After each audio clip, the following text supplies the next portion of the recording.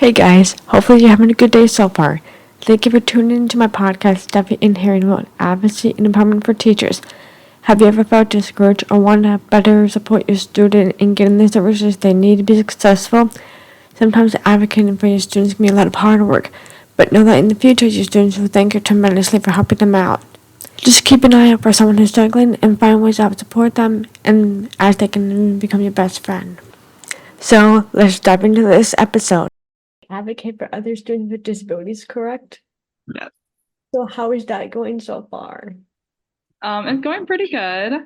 I feel though that like in my education, I haven't had a whole lot of opportunities or like talk, I guess, or like learning ways to advocate for students though. So it's not, I don't feel like my education has been geared towards that, which is a little disappointing. Understandable. So, I'm going towards for elementary education, and then also hoping to get like a deaf and like hard of hearing teacher minor in between. The problem is here at UNI for like another year if I chose to do that. Yeah. So I'm just like debating what I should do and so forth. And I've heard from people saying that like if you're truly passionate, you should go for it. So 100%. I would agree. yes. So just like a few questions. If there was something like accessibility, like what about like having an animal support like in the classrooms? Like how would that like look like in the classrooms? I think it would be really cool to be able to like have like almost like an emotional support dog in the classroom. Tilford has that now, and I haven't seen it like in action yet, to be honest, to like see how it would be.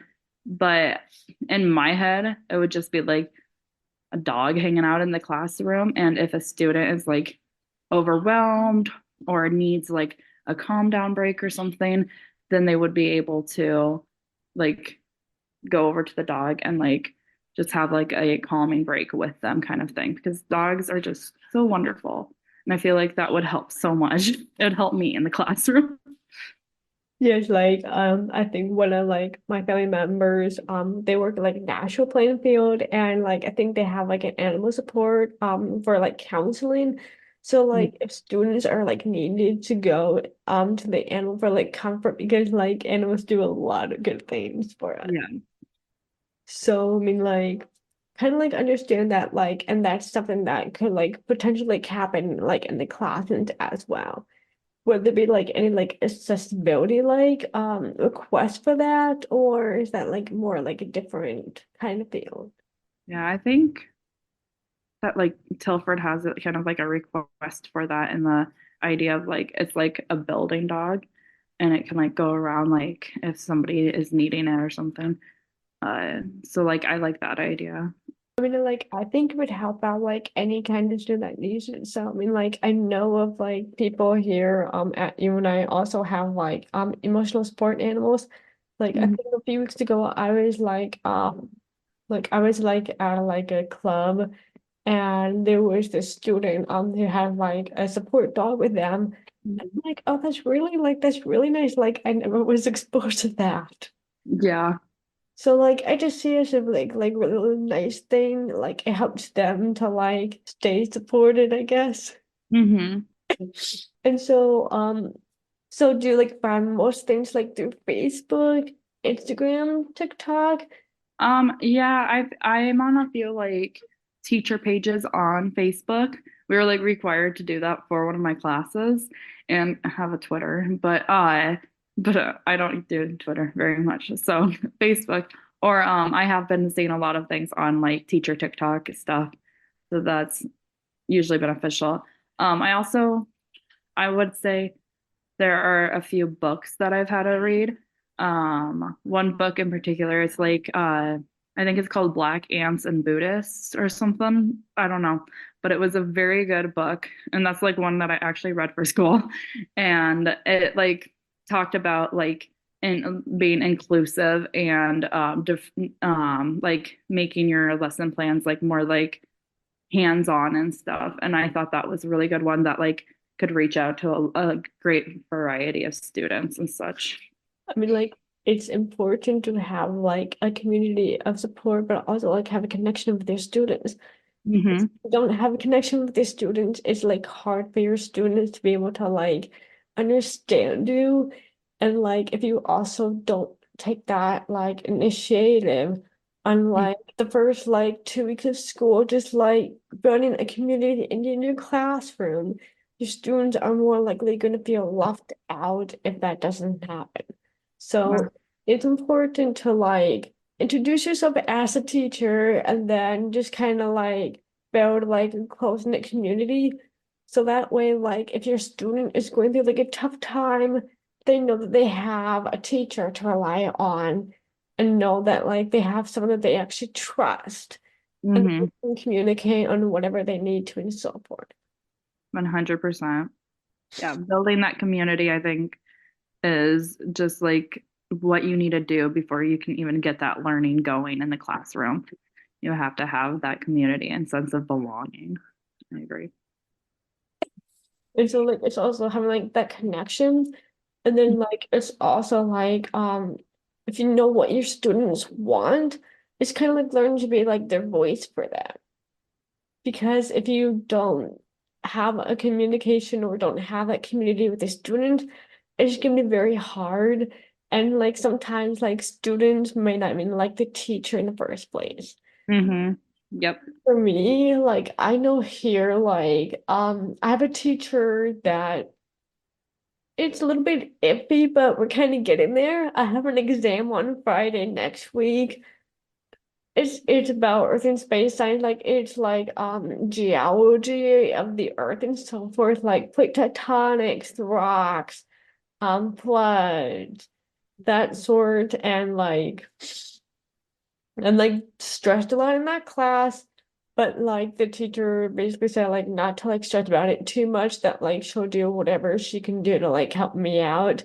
And Mm-hmm. so it's just kind of like helping to support your students, like knowing if they're going through like a difficult time, just like just giving them that support. Yep. 100%. Did you say you're doing elementary education? Yes. Yeah. And you have that class?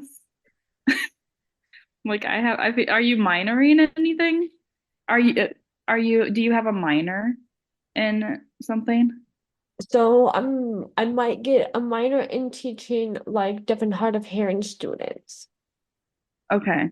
Would, okay.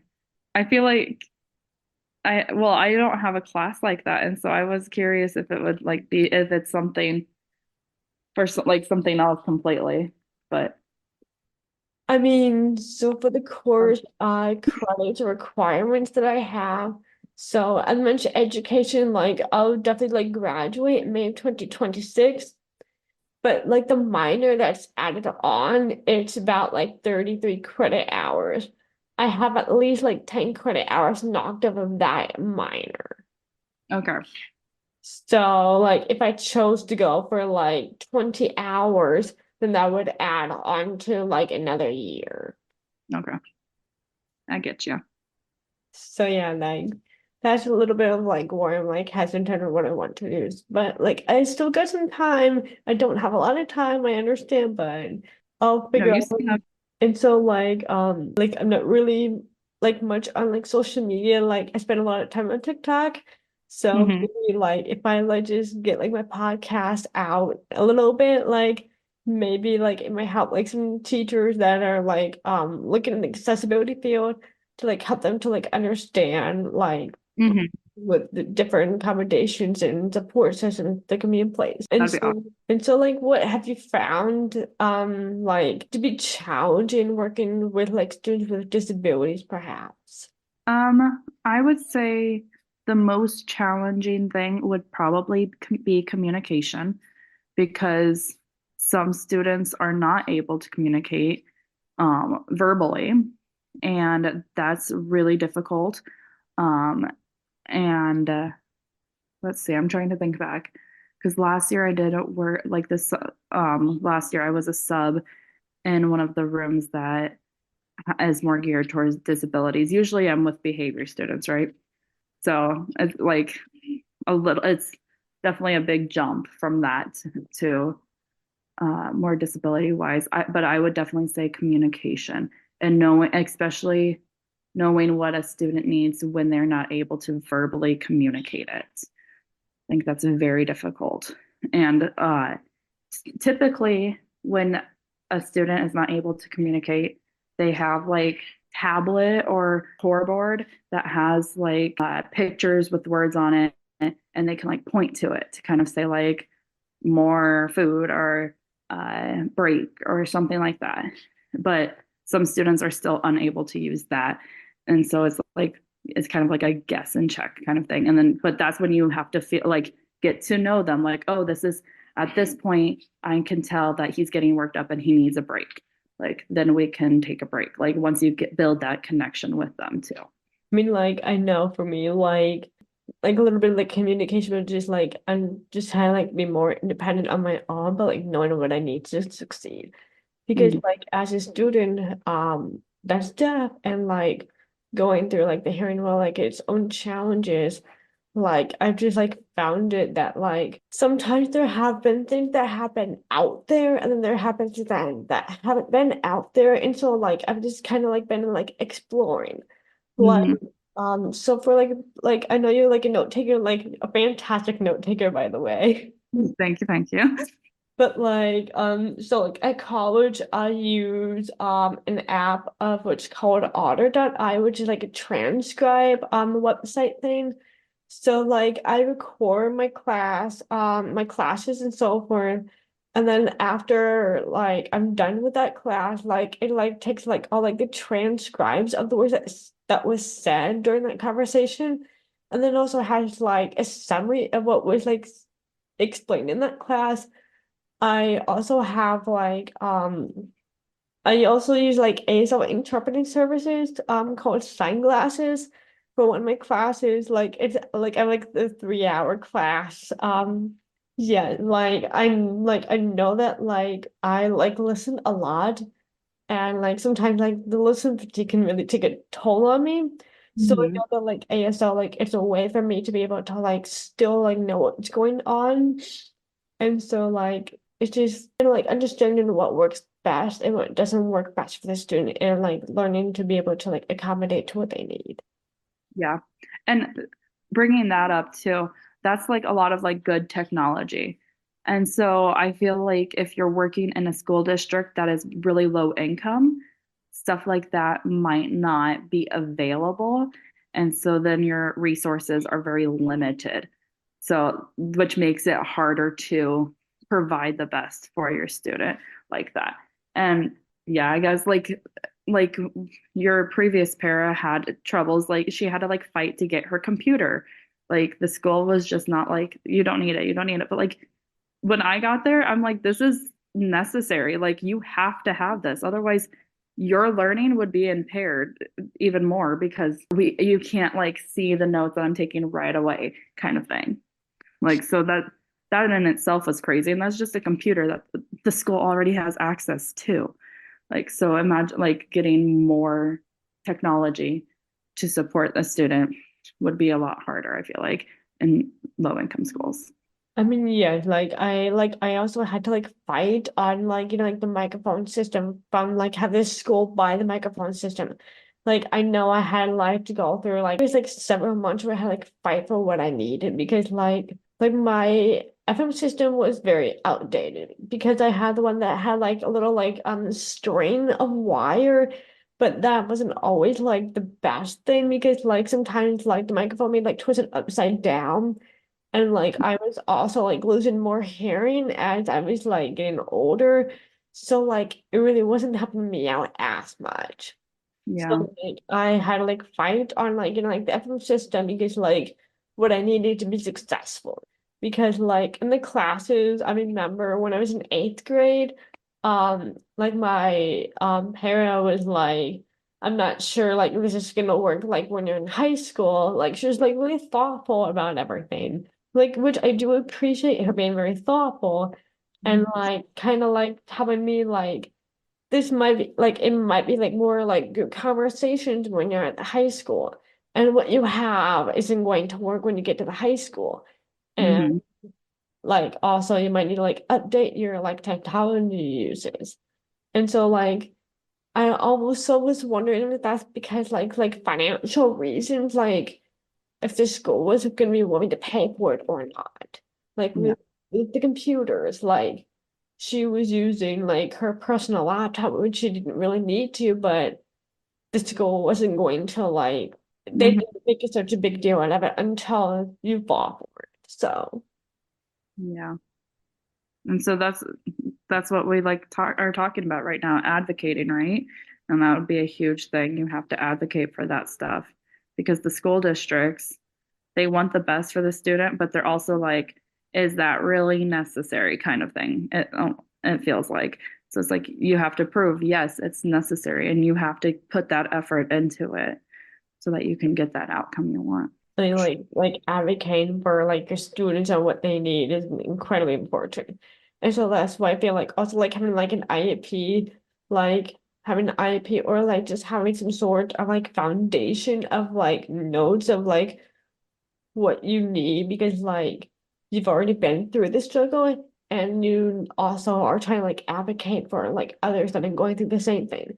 So that way when they come to it, like they'll like already know what to expect and just kind of like be prepared.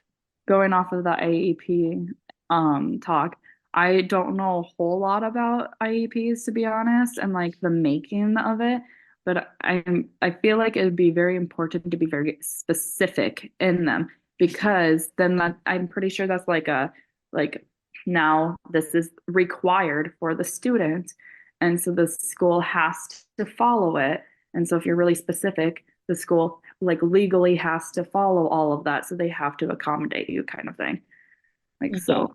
I think a few days ago, like I learned that like for IEPs that like teachers have to follow it because if they don't follow it, they could potentially lose the job for not following the accommodations. Yeah.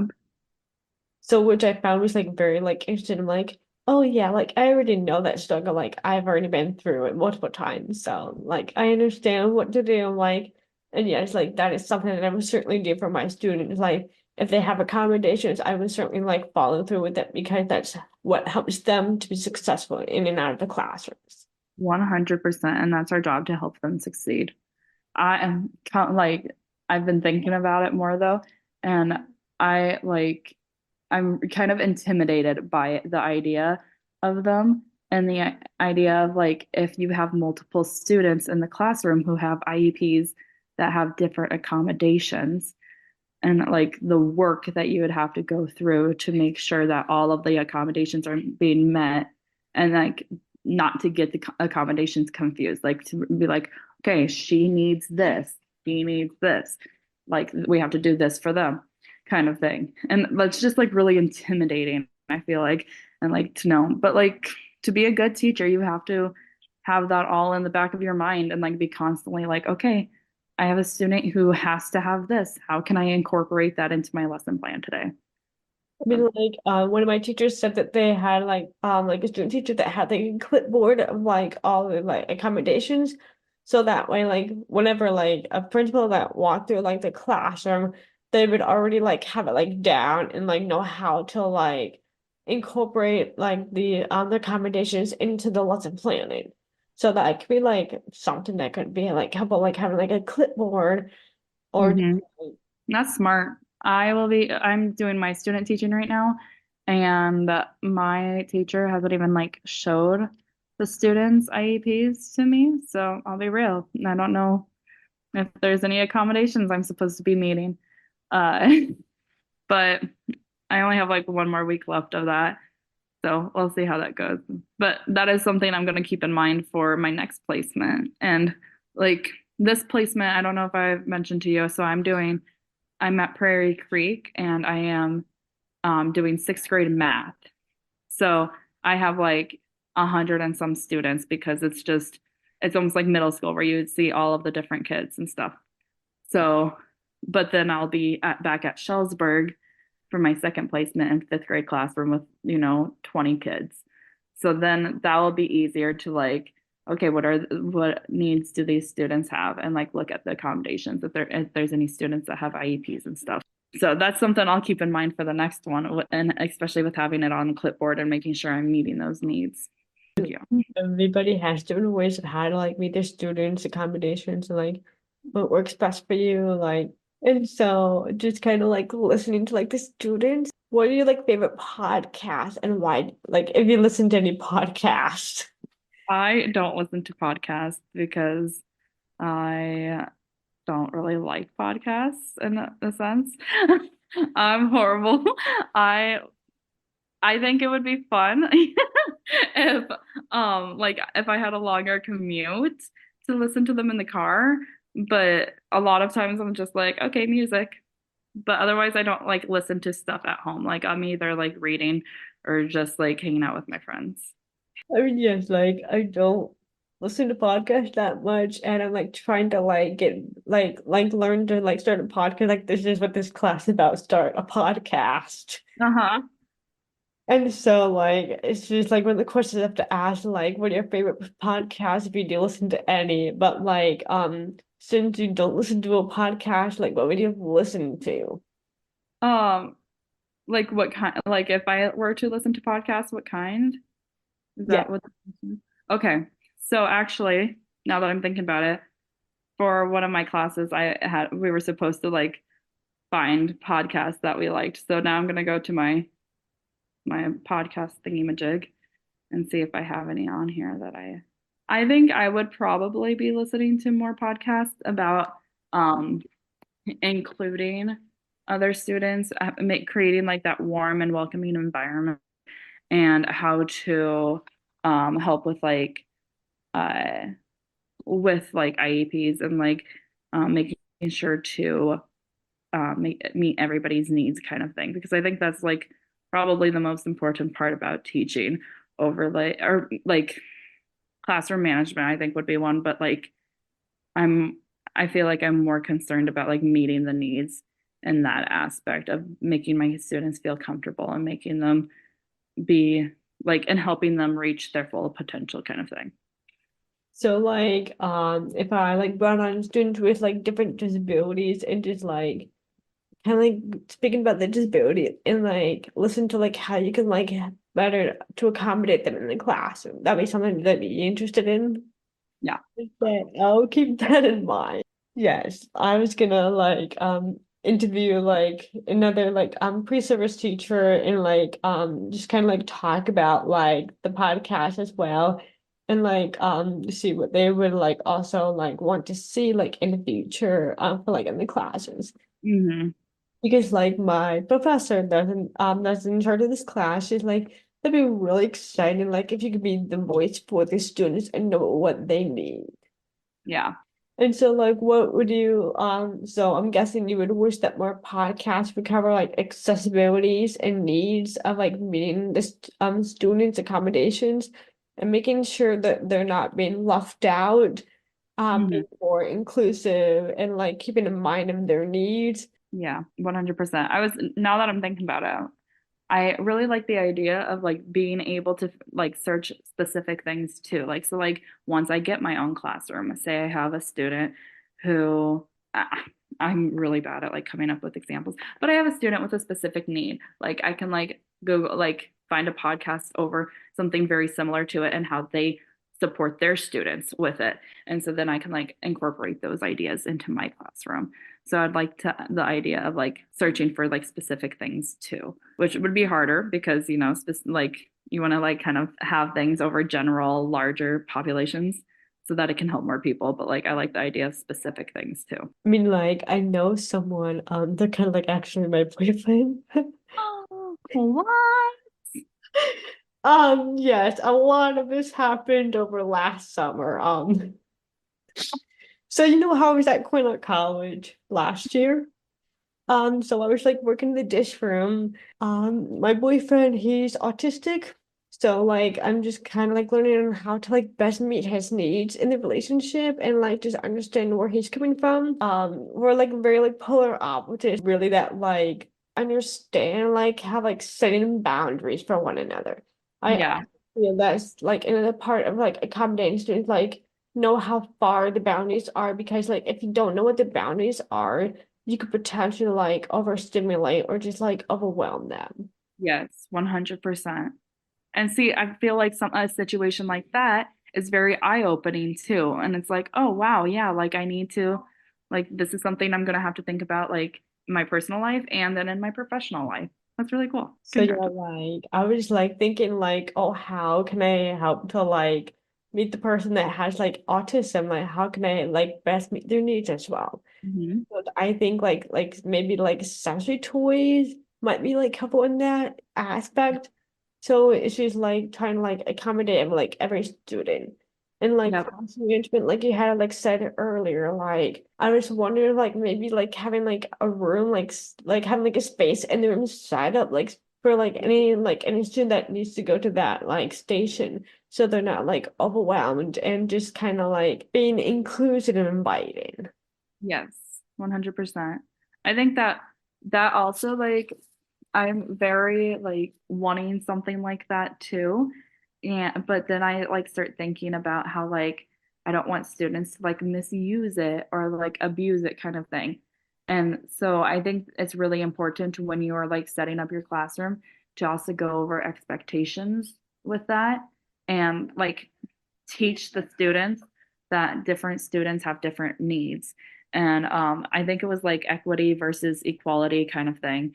And the equity is that everybody's getting what they need, even if it looks different than somebody else.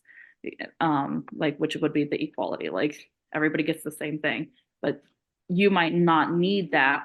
Like somebody might need something more than what you have been given.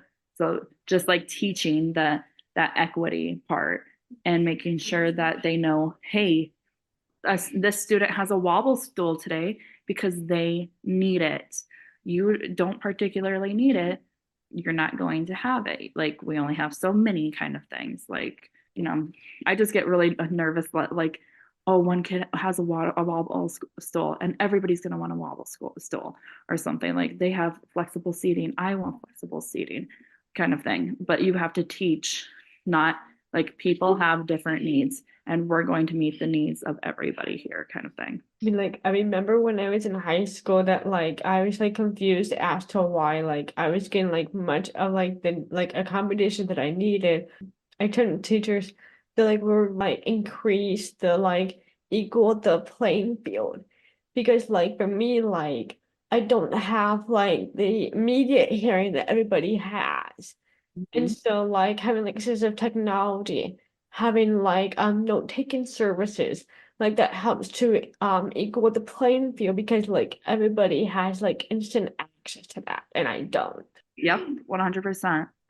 I like that the terminology too, equaling the playing field, making sure that everybody's like at the same spot kind of thing, like that.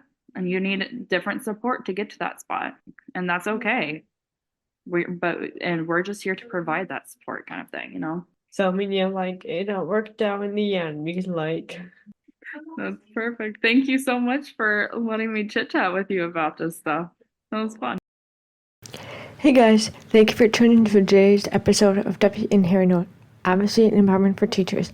If you could please just take a moment and to leave me a review down in my socials, as it'll help me to figure out what kind of content you guys want me to create for you guys.